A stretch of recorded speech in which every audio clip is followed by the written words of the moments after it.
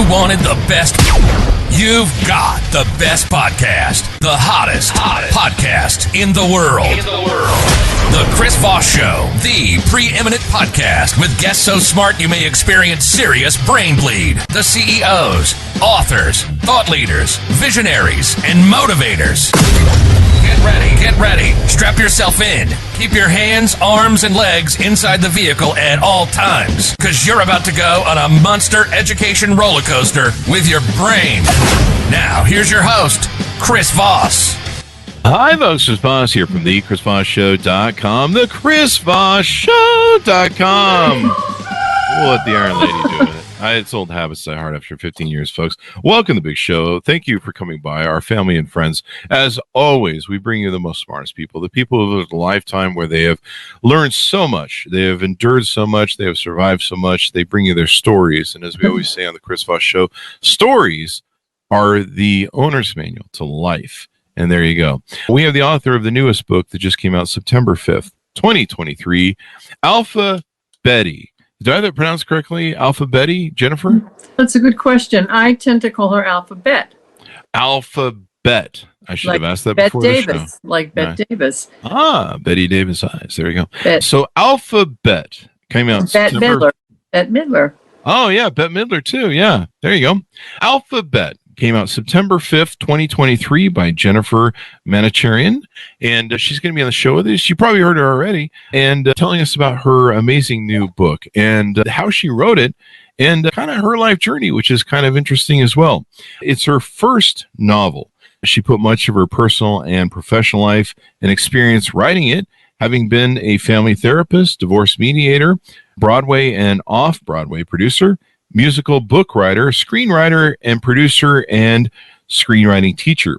She co-wrote and produced the films Family Blues and Boundary Waters. It's in production right now, as well as wrote the book of two musicals that are streaming online, Mary Harry, a full-length musical, and Cockroaches in Cologne, a short musical. She's a proud member of the New York Stage and Film The Peace Studio and 18 by Vote. She is married with 5 children and many grandchildren, etc. And I think what's interesting is she's calls herself the Grandma Moses of writers since she published this first book at 85. And so we expect a lot of work from her from here on out. Welcome to the show, Jennifer. How are you? What does that comment mean? I hope book, I have. So we need to see, one every year from here on out, about 20 or 30 more books. Definitely. There you go. We have a few prolific older writers on the show, and they're pumping out the books, man. The great thing about being an author is you can be as old as you want to be. I hope they don't take, each one doesn't take me as long as the first one did.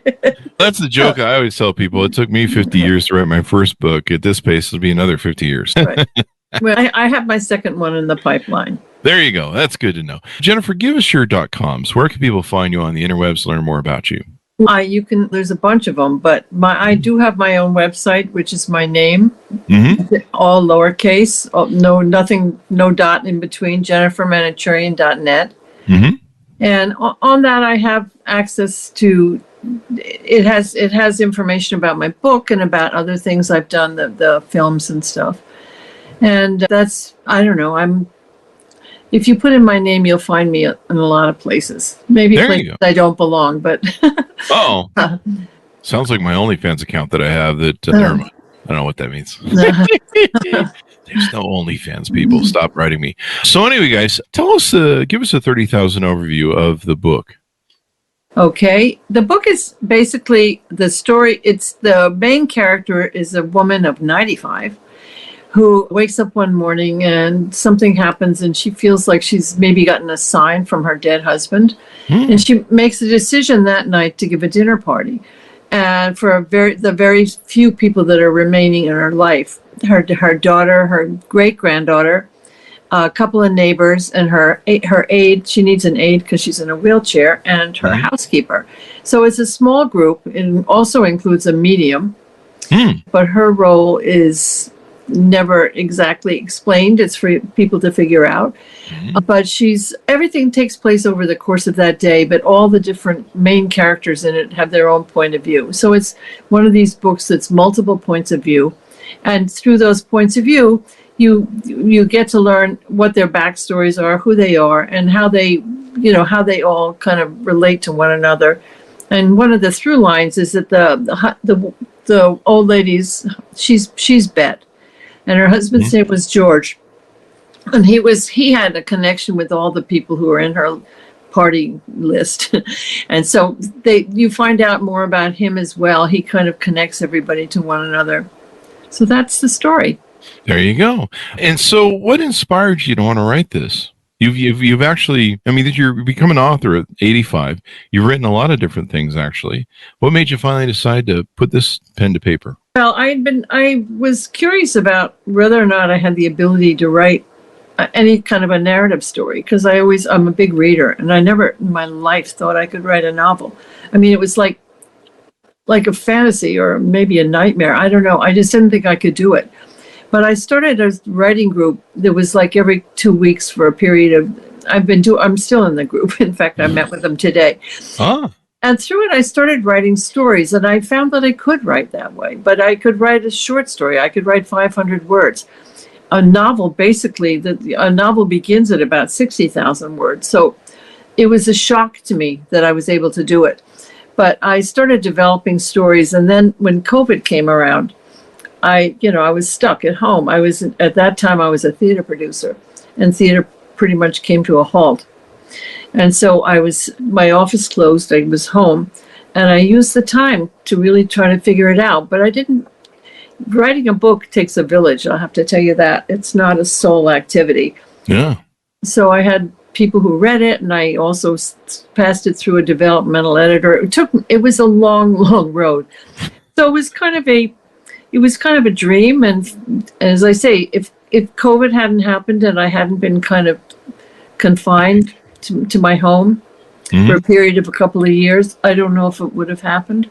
That's awesome. I mean, the COVID wasn't awesome, but we've had so many great authors on the show who they published their first books because of COVID. I published mine over COVID. It was a dark time, but it seems like a lot of maybe some beauty and some great things came out of it. For me, it was a very productive time. I wasn't commuting because I live outside the city. I didn't have to commute. And I do have a writing group that I work with, and they're all writers, and they're all published writers. And so I wasn't totally isolated. We often would spend most of the day on Zoom, and we may not even be talking to one another, but we were there as a resource to one another. So if I had a question about something, or if they knew what my work was, I knew what their work was. So we kind of used each other as sounding boards. Ah, that's awesome. That's how I got mine done. We had an accountability group where we said we would write for an hour a day, and then we would all have to post every night that if we did the hour or not, or how much time we did. Would you post what you wrote, or just just that we did the hour? And so we did that. When you guys did yours, were you guys writing as you guys were sitting on the Zoom call and we were writing. I mean, my computer is to the side of me, and I would have my Zoom on my iPad, and we would go on mute, and then if somebody had a question, maybe you were looking for the precise word, or you were worried about whether the beginning should be where it was, or whatever the question was. Yeah. We would go off mute and we would talk for a while, and then we go back on mute. And it also during COVID, when it was so isolating, it was amazing having a community. I didn't ever feel like I was completely cut off. Yeah, that's good to have. I like your accountability group because, you're sitting there writing together. Like, I know when we had my accountability group, we'd be like, are you really writing an hour a day? And then every now and then we get together and have a little meetup and stuff. And we're actually launching one here. I just want to add to that we also meet once a year. We have a week. We go away for a week together. Oh, really? And during that time, we really, really write. I mean, that is kind of a dedicated time to writing. And we write all day. We share at night, and we do writing prompts. Or it's everybody in my group is published. One woman is doing her 7th novel. Holy crap! You got a hell of an accountability group going on there. As you flesh out the characters in this book and develop your protagonists, tell us about some of these characters that are in there, why you chose them, Any of them a reflection of yourself or people in your life? I mean, if it's in your introduction, you had kind of suggested maybe or inferred there was autobiographical elements to it, which there are not. But I also don't think you can only write from who you are and what you know and who you know. So I think in a way you could argue that any book has got autobiographical elements to it. It's, how you think, the ideas that come to your mind, how you see the world. It all comes through. But there's nobody who's strictly autobiographical. But it's hard to describe. The old lady, in a way, maybe she's a composite of me and my mother. My mother got tougher as she got older.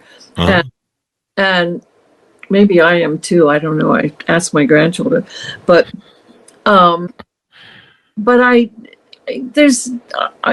she's very, very independent. She's almost like militantly independent. And my mother was like that. My mother was very much like that. And in a way, my mother would be a model for her because I was given a writing prompt when I was in the group, I don't know, many, many years ago, about someone seeing themselves in a mirror. And I chose to do that prompt based on having my mother. I hadn't seen my mother. My mother was in a wheelchair and she hadn't seen herself for years. And one day she was passing a full-length mirror and she said, "Can you stop? I want to see what I look like." And I was so struck by that. And it became kind of the beginning. At one point, I have this old lady too see herself where she hadn't seen herself in a long time. Wow. In any event, that's basically, there are elements of it, other elements of it that maybe I took from my life. There's a scene in a hospital where an old man is injured, and it was very much based on something that happened in real life with my father. So I was really taking more the knowledge of what it's like in the ER and what had gone on rather than the character of my father. But so you write, you use different things, Yeah. I mean, I just wrote a business book, so it was pretty easy. I just wrote stupid stories that adds. But doing what you guys do with novels and creating characters and designing your plots and layout, that's a whole lot more challenge. I mean, you guys have to basically create a village or a city.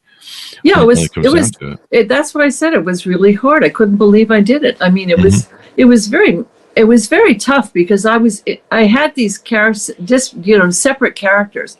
But then I had to, when I came up with the idea that they were all somehow connected to her, I had to really find ways in which to integrate them into her life. I mean, she's got, there's nobody I can say that really is autobiographical, but I mean, her daughter is a woman who's in her early 70s, and she's really, I don't know that she's probably a composite of people I know, but obviously I wanted to make each character different, the voice of each character different. I wanted them to be very real and living in my head, because with any writing that I do, developing the character is just the most important part of it. Every character has to be real to me. I have to know how that person, I have to internalize each character. And I work hard on that. I mean, that's what I say, I work hard. What I mean is that character is going to live in my head when I'm driving in my car, when I'm trying to go to sleep at night. I have them come to life so that they have their own very distinct voice and their way of being in the world that feels authentic, because authenticity, if a character isn't real, it's not good at all. I have a visitor. Not now. Thank you. Just let me have this and then go ahead. I apologize. Not now, please. It's fine. I apologize. You said a child might come in. I warned you. I can't talk now. Margaret, I can't talk now. I'm on a radio show. It was my report. Okay, I'll look at it later, okay? I'm sorry. It's totally fine. It's totally fine. Okay. I mean, some people, they just want their SAG card, so they come on. No, she doesn't want her. Oh, no, I don't think she wants her SAG card. Yeah. But she wanted to show me her report card. There you go. She's probably proud of it. Probably proud of it. I never wanted to show anybody my report card because I was going to get in trouble. She wouldn't be showing me if she wasn't proud of it. Exactly, yeah. There you go. I'm sorry. That was cute. That was cute. I hope I didn't hurt her feelings. Anyway. You gotta love so maybe she'll be in my next book. I mean, there you go. There you go. So many different people in my life that they all, I don't, nobody has said to me, oh my God, you wrote, did you ask me if I could be your character? Nobody has really felt like this is the character I've nailed. So everybody's maybe bits and pieces of everybody. But what I was talking about, the scene of an old man being in the hospital with an accident. I have to say, my son, when he read the book, he kind of called me up and said, God, Mom, why'd you do that? It was like it took him right back to a scene where he had gone with my father to the emergency room. And it was very traumatic because my father had had code blue twice while he was there. And it was real enough to him when he read it that it took him right back there. Mm-hmm. It was so... Wow. Hopefully, that's what I talk about, authenticity. You want to make everything feel very real. Feels like a real element that's actually happened and everything else. You've done a lot of former careers on Broadway and off Broadway. How did those help or hinder the process? So, you did a screenwriter impact as well. I actually this year I filmed it. I had written. We filmed it, and it's right now in post-production. In fact, this morning I had to get up at 5. I didn't have to. I got up at 5 because they were recording the score for it in London, and we were allowed to watch them doing that, which was really an amazing, very exciting process. Mm-hmm. And we're just finishing up the film. But writing in different mediums, it's every medium they're all different. Each craft is different. They really are. The most basic thing to all of them, if there are two basics, there has to be, the characters have to be well understood. They have to be authentic. They have to be real. That's true in whatever medium you write. And you have to have the arcs. You have to have the story arc. You have to have the character arc. Those are kind of givens. But in terms of the actual writing of it, they're very, very different. Having been written for film, which is, dialogue based, and you create little scenes, and you have a camera as your best friend. I don't have to be describing exactly what's happening. We're seeing it. We're seeing it being enacted. So you set it up in terms of your, direction, so to speak. But in a novel, you don't have that. And that was the hardest part for me in terms of writing narrative fiction, having to really bring the reader in with me and see where we are and understand the action and see who's, you pick up the phone rings and she's answered the phone while she was opening her letter and, whatever it is, you have to really just help the reader into the scene so that they can actually see it and feel it and understand it. Mm-hmm. And what were some of the pros and cons from writing from multiple point of views that you did with your characters? I don't know that there are any pros to it. The biggest con is making sure that each person has his or her own distinct voice. Mm-hmm. And I had characters. I have the old lady who's 95. The youngest person, there's a housekeeper, and she has like a 16-year-old daughter. So she's not a main character, but she's a sub-character. But that's the age range. Mm. And in between, I have different people of different ethnicities, different types of work. It's a range of all different people. People who were kind of to the manor born, and others who had always worked all their lives. Mm-hmm. It was making sure each of those people felt very legitimate and real. But again, it goes back to character and understanding who your characters are. Now, at the time I was writing, one of my challenges, which isn't something that I've talked about before, but was trying to figure out where COVID fits into it, because it's almost like a before and after book. It wasn't a book about COVID at all, but the question is, where do you then place it in time? Yeah. If you make it in 2019, you don't have to even think about COVID. Mm-hmm. But if you place it in 2024 and you're writing it in 2022, you don't even know if in 2024 it'll be over. Mm-hmm. So that was somewhat of a challenge in terms of writing, trying to figure out. I placed it like in I don't know if I dated it per se that way, but I made it in 2024. And I assumed at that time life would be normal enough that people wouldn't be going around in masks and stuff. Uh-huh. But I refer to it somewhat. And was there a reason you picked that time as opposed to, like, I don't know, going back 20, 30, 40, 50 years maybe? I wouldn't have, I don't know how you write a book of something that took place 30, 40 years ago. I mean, that requires a lot of research. I wouldn't have a reason for doing that. Yeah. I wanted it to be contemporary. And, there's so much, the whole electronic age has exploded. I mean, I sometimes, my mother died in 2000. And I sometimes think, if either one of my parents were to come back today, what on earth would they make of this world? There's so much changes going on, electronically and in so many, oh my God, not to mention the whole political world, the world that we're in a terrible time right now with the wars and everything. Mm-hmm. I wanted to make it contemporary. And it was a decision. It was like an arbitrary decision as to when you're in the midst of COVID and you're writing a book, how far in advance can you make it that you can be pretty sure it's going to work. So I felt I was safe, and I think I was. But there's still listen. People, my husband still wears a mask. I mean, people are still afraid. Yeah. It's been going around again some more, from what I understand. Yeah.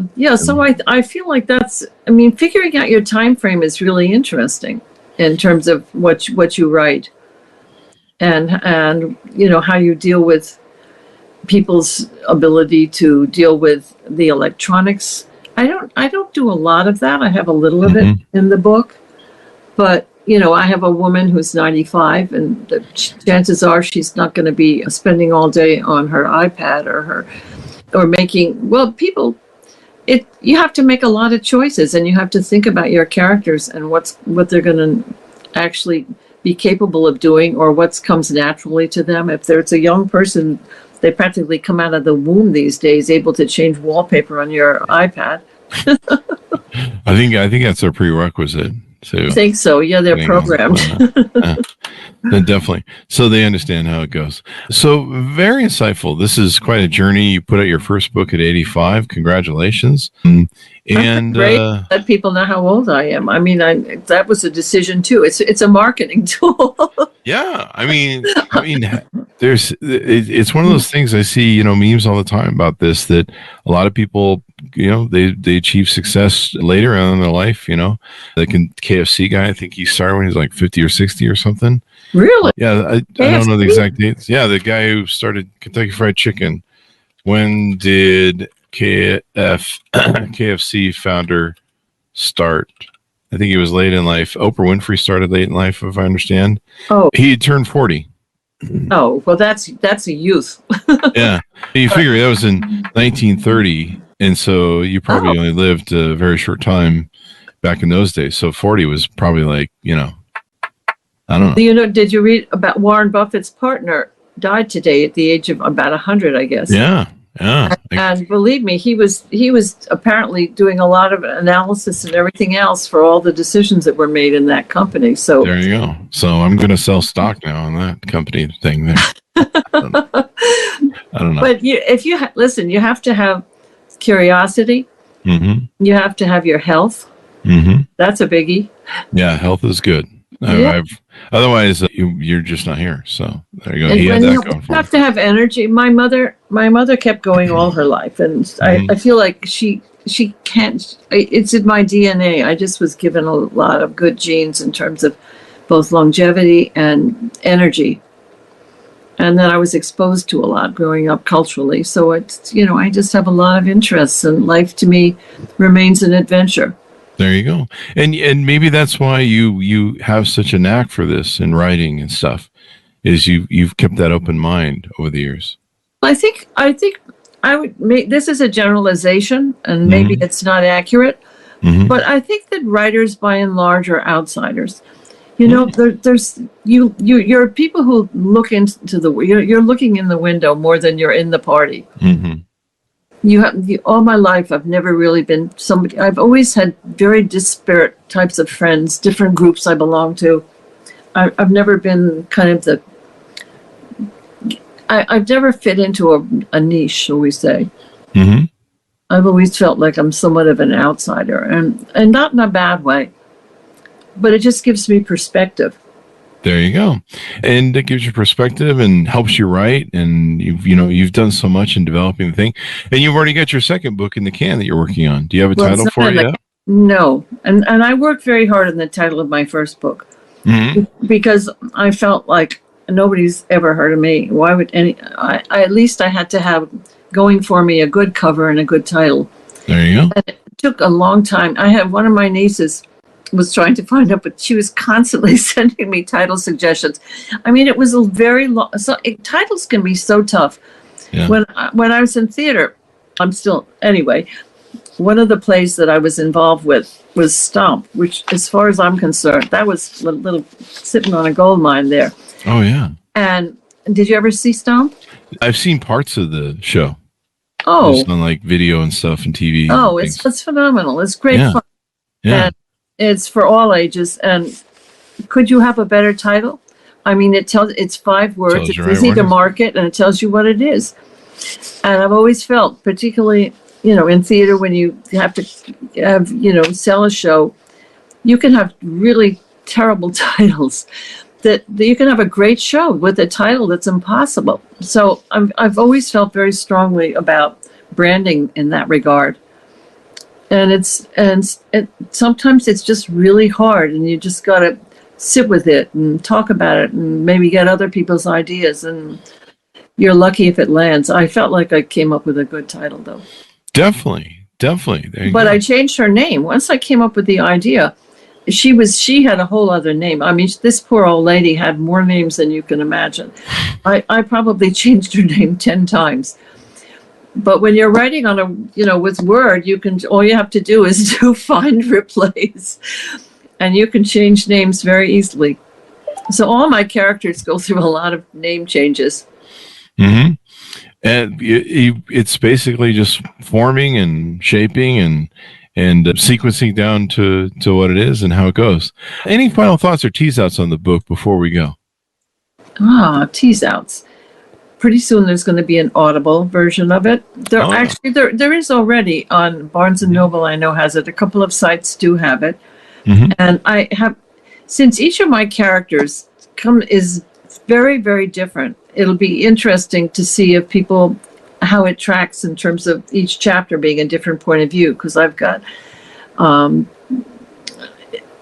anyway, that if people like multiple points of view, there's a lot of books that have been very successful lately. It's kind of to me, it's a style that some people will like, some people won't like. Actually, my writing, I have to say, is my opening paragraph, my opening sentence will either invite people in or turn them off. I feel I have a certain dryness or sense of humor that it kind of comes through in my writing, and I'm hoping people who have a sense of humor and who like fiction with well-developed characters will like my book. And it has an ending that's for many people a surprise, and for most people it's a very satisfying ending. For some people, they don't like it. I'm sorry about that. Sometimes some of the great books are the ones that catch you on the first line when it opens, right? Yeah, my first line, we'll see. Yeah, I've read some first lines of some of the authors we have in the show, and I've been just like, okay, I got to find out what the hell's going on here. So I heard the first line of a novel today that I wrote down. I have to get this novel. It's called Owner of a Lonely Heart. And the first, I have to paraphrase it because I don't have it in front of me, the exact quote, but she said, I only knew my mother, throughout my life, I only had 24 hours with my mother. That's a very provocative opening. Yeah. You really wonder, what does that mean? What's What's going on there? What's Yeah. the owner of a lonely heart? Yeah, but now I'm selling her book. I want to sell mine. Beth Nigen? You're looking it up? Yes, I don't, she's Asian. I'm not quite sure what her last name is, but it sounds like an amazing book. It just sounded familiar to me, and I was just checking to see if we've had her on the show. Oh, interesting. We want her. We have so many people on the show. It doesn't look like we have on the show, but we might have seen the book and invited her at the time. So there you go. All right. This has been wonderful and very insightful and fun to have you on the show, Jennifer. I'm so glad that you're pumping out these books and you found a whole new career doing stuff. Who knows what my next evolution will be. It will be wonderful to see. And please come back for that as well. So, Jennifer, give us your .com so people can find you on the interwebs. Okay. It's jennifermanocherian.net. There you go. And it's HTTPS, not a www, no three W's. No three W's. Okay. Sounds good then. Thank you for coming on the show. Thanks to artists for tuning in. Go to goodreads.com/Chris Voss, LinkedIn.com/Chris Voss, YouTube.com/Chris Voss, Chris Voss1 on the Tickety Talkety, and Chris Voss, Facebook.com. Thanks for tuning in. Be good to each other. Stay safe. And we'll see you guys next time.